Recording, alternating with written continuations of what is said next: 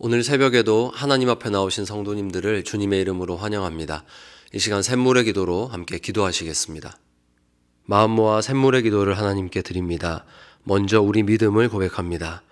하나님께로부터 보내심을 받은 사람이 있으니 그의 이름은 요한이라. 그가 증언하러 왔으니 곧 빛에 대하여 증언하고 모든 사람이 자기로 말미암아 믿게 하려 함이라. 아멘. 생명의 빛 되신 주님, 우리가 빛 되신 주님을 증거하는 삶 살게 하소서. 우리를 통해 세상이 주를 보게 하시고 우리 삶이 복음의 통로가 되게 하소서. 교회와 예배를 위해 기도합니다. 우리가 다 그의 충만한 데서 받으니 은혜 위에 은혜로라. 아멘. 은혜가 풍성하신 하나님, 함께 모여 예배하는 가운데 풍성한 은혜를 더해 주소서.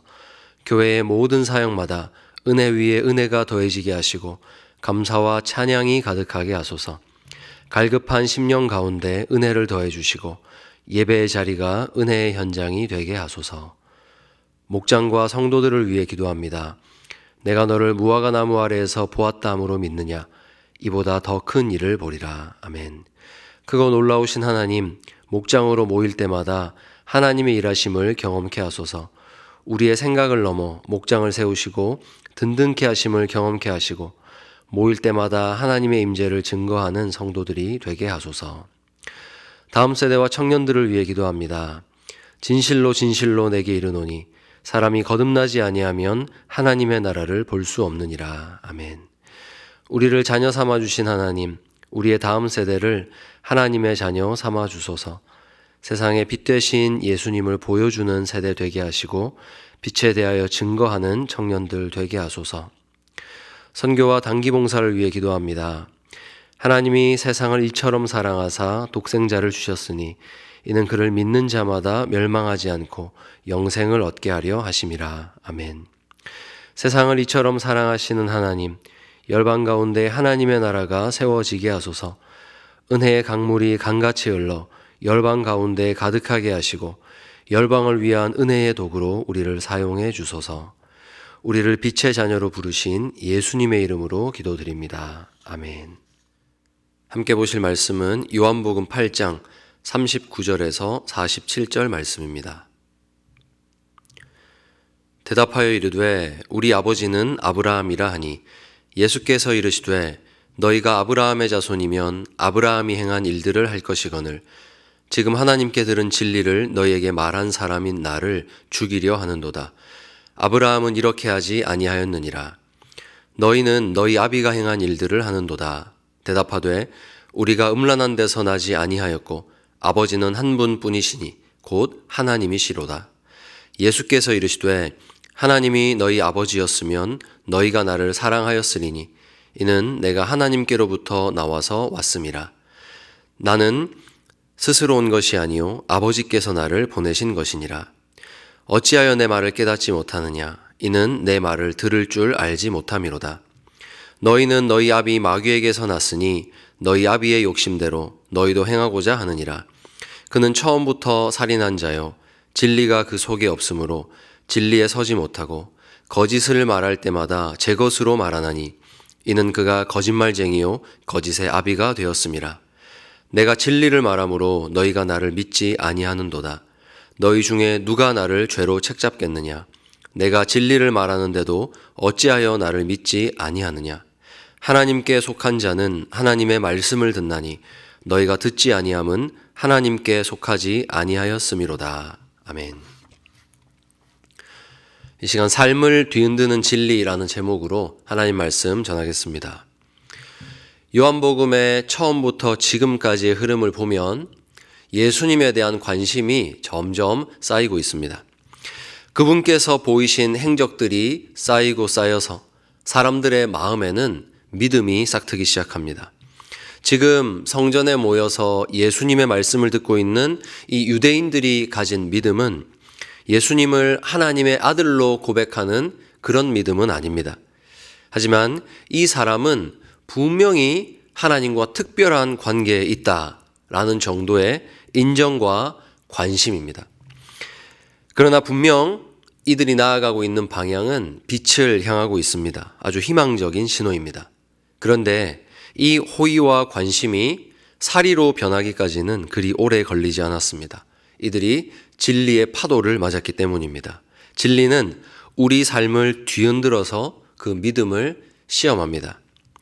여러분께서 처음으로 들었던 진리의 소리는 무엇입니까? 각각 들으신 소리는 다르겠지만 진리가 다가올 때 우리에게 나타나는 한 가지 공통적인 현상이 있습니다. 바로 내가 살아온 삶이 온통 부정당하는 느낌입니다. 내 삶이 송두리째 흔들리는 느낌을 받습니다. 우리가 좋은 시집을 읽으면서 마음에 와닿는 그 따뜻한 문장을 가슴에 새기고 그렇게 한번 살아보고자 하는 이런 교양 있는 감동이 아니라 진리를 들었을 때는 그럼 내 과거는 도대체 어떻게 된 거지? 내가 그동안 열심히 살았던 것은 도대체 어떻게 된 거야? 하는 충격이 우리 삶에 전해지는 것입니다. 그래서 이 지점에서는 두 가지 반응이 나타납니다. 거절하거나, 진리를 거절하거나, 무릎 꿇거나. 이 시간 주님께서 말씀하십니다. 31절에 너희가 내 말에 거하면, 이것은 우리 삶을 뒤흔들려는 진리의 말씀을 하시려는 겁니다. 그것이 우리가 읽었던 말씀입니다. 너희가 내 말에 거하면, 여기서 거하다는 남아있다, 머물다라는 뜻인데 이 말에는 분명한 행동적인 의미가 담겨 있습니다. 물을 반쯤 마시고 컵에 그 나머지 반이 남아있는 상태를 말하는 것이 아닙니다. 이것은 주변의 환경의 변화와 저항 속에서도 어떤 한 지점에 머무르고 휩쓸려 가지 않으려는 어떤 의지가 수반된 행동을 말합니다. 너희가 이 말을 듣고도 여기서 쓸려 내려가지 않으면 그러면 어떻게 된다고 합니까? 진리가 너희를 자유롭게 하리라. 이걸 듣고도 말씀이 진리임을 인정하고 버티면 그 말씀이 우리를 자유케 한다는 것입니다. 우리가 붙들던 삶, 그것을 온통 부정하라는 주님의 도전입니다. 하지만 이 말씀을 들은 유대인은 발끈합니다. 유대인들에게 이 말은 곧 너희가 자유가 없다는 뜻이고 자유가 없음은 곧 종이라는 말이고 종은 상속자가 아니기 때문입니다.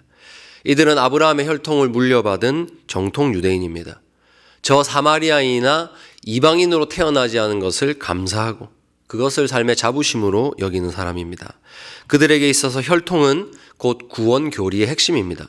만일 길 가는 유대인을 잡고 구원받은 백성이 누구냐 묻는다면 단 하나도 예외가 없이 그것은 아브라함의 혈통적 자손이라 대답하는 사람들입니다.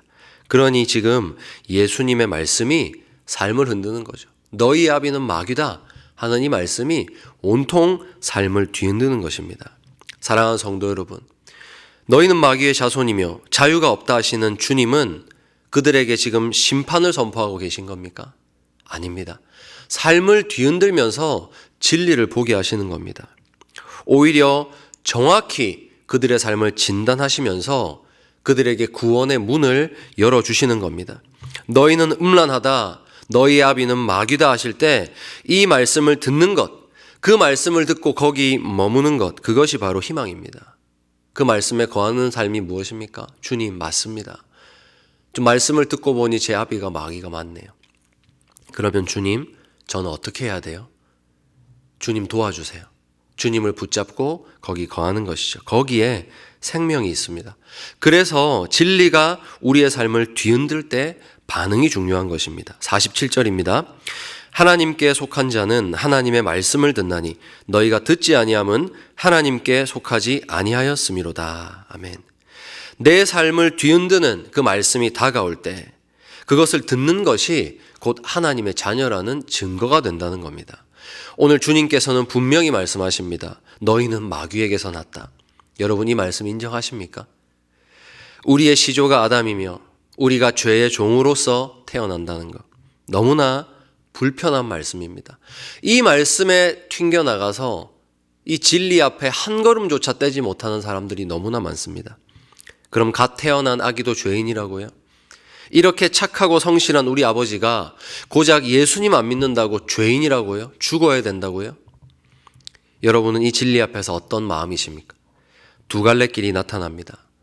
그런 말하는 교회라면 다닐 가치가 없다. 아니면 이 말씀 앞에 무릎을 꿇고 가슴을 치느냐.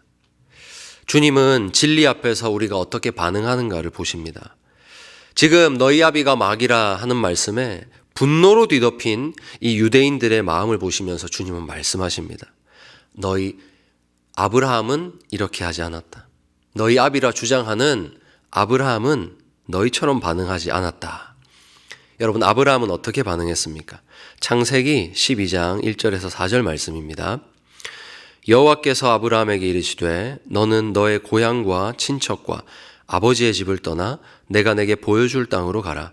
내가 너로 큰 민족을 이루고 내게 복을 주어 내 이름을 창대하게 하리니 너는 복이 될지라. 너를 축복하는 자에게는 내가 복을 내리고 너를 저주하는 자에게는 내가 저주하리니 땅의 모든 족속이 너로 말미암아 복을 얻을 것이라 하신지라. 아멘. 나이가 많고 아내 사라는 태가 끊어져서 상속자를 얻을 수 없는 아브라함입니다. 상속자가 없음은 곧 미래가 없다는 뜻입니다. 아무런 희망이 없는 삶을 사는 노인입니다. 그렇다면 오늘 이 하나님의 말씀 앞에서 비웃음이 나와야 정상 아닙니까? 하나님이 지금 아들이 없어 절망하고 있는 나이 많은 노인인 나를 지금 희롱하시는 겁니까? 안 그래도 슬픈 내 인생을 하나님 조롱하시는 겁니까? 마음으로 하나님을 향해 돌을 들 법한 말씀 앞에서 아브라함은 이렇게 행동합니다. 4절에 이에 아브라함이 여호와의 말씀을 따라갔고, 여호와의 말씀을 돌을 던져 거부한 것이 아니라 그 말씀을 따라갔다. 그의 인생, 삶 전체를 걸었다는 뜻입니다. 진리에 머무르고 그 말씀을 붙들기 위해서 마음의 의혹과 싸워서 그 하나님의 말씀 위에 서 있기를 선택했습니다. 행동한 것이죠. 주님의 말씀에 너희가 진짜 아브라함의 자손이라 한다면 바로 이런 방식으로 진리를 따르고 거기 머물렀어야 한다라는 것입니다. 이제 말씀 맺겠습니다. 여러분, 우리가 설교를 듣는다는 것, 성경을 읽고 묵상을 한다는 것, 그것은 우리가 진리 앞에 서는 것입니다. 진리는 내가 고르는 것이 아닙니다. 오늘 말씀은 참 좋네, 듣기 편하네, 이 말씀은 하나님이 너무 나가셨네, 불편하네. 여러분, 내 기호에 맞는 말씀만을 취사 선택하고 나로 근심하게 만드는 말씀은 거부하는 것은 주의 말에 거하는 삶이 아닙니다. 우리가 처음으로 진리 앞에 선 순간은 아마 아름다운 순간이 아니었을 겁니다. 불편하고 찔리고 아마 눈물이 났을 수도 있습니다. 진리가 처음으로 우리 영혼의 가장 깊은 부분에 도달하고 있었기 때문입니다. 그리고 그 순간 우리는 처음으로 빛을 보기 시작했습니다. 아, 내가 죄인이구나. 절대로 내 스스로는 알 수 없는 사실 앞에 우리는 도달했습니다. 하지만 그 불편한 말씀을 들었을 때, 거기 머물러서 내가 죄인임을 인정하고 회개할 때 거기에 구원이 임하며 죄의 저주에 갇혀 있었던 내가 자유를 얻는 것을 여러분 우리가 경험했습니다. 여러분, 그 진리에 머물 때 하나님 구원의 역사가 임한다는 것 여러분 믿으시길 바랍니다. 사랑하는 여러분, 주님은 단순히 진단만 내리는 분이 아닙니다. 너희 아비가 막이다 진단만 내리는 분이 아닙니다. 유대인들에게 이 말씀하셨을 때 그들은 보지 못했지만 구원의 문이 항상 그들 앞에 열려 있었습니다.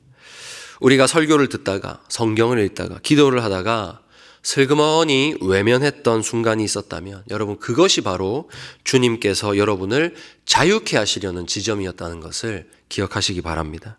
진리가 여러분의 존재를 흔들 때 그 불편함을 해소하는 방법은 언제나 두 가지뿐입니다. 돌을 들어서 진리를 치던가 아니면 무릎을 꿇고 그 진리에 머물던가, 두 가지뿐입니다. 사랑하는 샘물 성도 여러분, 진리가 주는 불편함에 돌을 들고 치려고 했던 손이 있다면 이 시간 돌을 내려놓고 그 진리에 머물기를 선택하십시다. 정말로 솔직하게 진리 앞에서 자신을 돌아보고 주님께 은혜를 간구하는 자에게는 언제나 구원의 문이 열려 있습니다. 지금 이 순간에도 말씀 앞에, 그 말씀이 나를 찔러 너무 아프게 하지만 그 말씀 앞에 엎드리고 그 말씀이 진리임을 인정할 때 우리의 영혼은 참된 자유를 경험할 것입니다. 그러므로 진리가 내 삶을 뒤흔들 때 진실함으로, 겸손함으로 그 앞에 무릎 꿇는 인생 되시기를 주님의 이름으로 축원합니다. 이 시간 말씀 붙잡고 기도하겠습니다. 하나님, 말씀 앞에 불편했던 그 모든 순간들이 하나님께서 저를 자유케 하시려던 순간이었음을 깨닫습니다. 오늘도 겸손하게 진실하게 하나님 말씀에 엎드릴 때 우리를 자유케 하여 주시옵소서. 이 시간 우리 합심해서 기도하시겠습니다.